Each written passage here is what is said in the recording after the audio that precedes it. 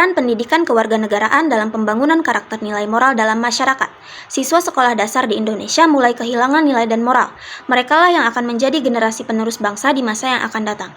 Jangan sampai harapan kita untuk menjadikan mereka generasi yang lebih baik hancur begitu saja karena nilai dan etika mereka kurang.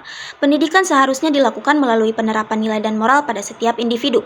Melibatkan siswa dalam proses pembelajaran akan membawa mereka untuk berkembang dalam budaya dan etika persatuan Indonesia yang berbineka tunggal ika.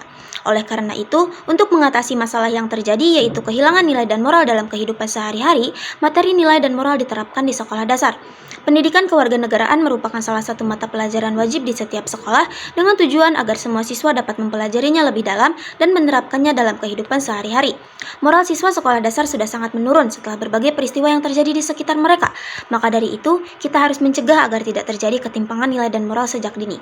Hal-hal yang dapat dilakukan untuk mengatasi upaya ketimpangan nilai dan moral adalah yang pertama dengan pembentukan nilai dan moral sejak dini.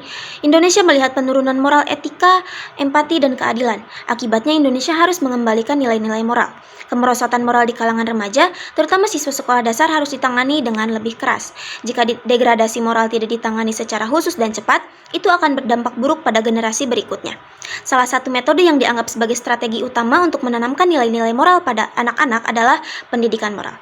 Yang kedua yaitu dengan membangun kesadaran nilai dan moral. Hal yang dapat dilakukan yaitu dengan revolusi moral, dan itu adalah melalui pendidikan. Tidak ada cara lain. Semua bagian pendidikan, baik informal, formal, ataupun non-formal, wajib mengelola proses pembelajaran sampai ke titik puncak, yaitu membangun kesadaran moral. Karena kesadaran moral menggerakkan dunia batin untuk berperilaku jujur, penuh kesyukuran, kesabaran, dan keikhlasan. Jika kesadaran moral meningkat, orang-orang akan lebih mudah mengikuti standar etika dan hukum positif. Ini menunjukkan bahwa kesempatan untuk kesejahteraan umum sangat besar.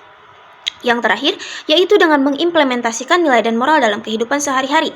Hal-hal yang dapat dilakukan sebagai implementasi dalam nilai dan moral bisa dilakukan dengan berbagai cara, antara lain yang pertama dengan rasa hormat terhadap martabat kemanusiaan, kedua peduli terhadap kesejahteraan bersama, ketiga mengintegrasikan kepentingan individu dan sosial secara bertanggung jawab, keempat menunjukkan integritas, kelima bercermin pada pilihan-pilihan moral, dan yang terakhir mencari pemecahan konflik dengan damai.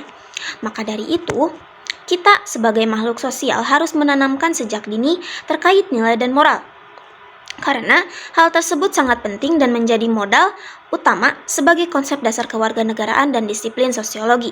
Dengan begitu, regenerasi muda akan terus berkembang seiring berjalannya waktu.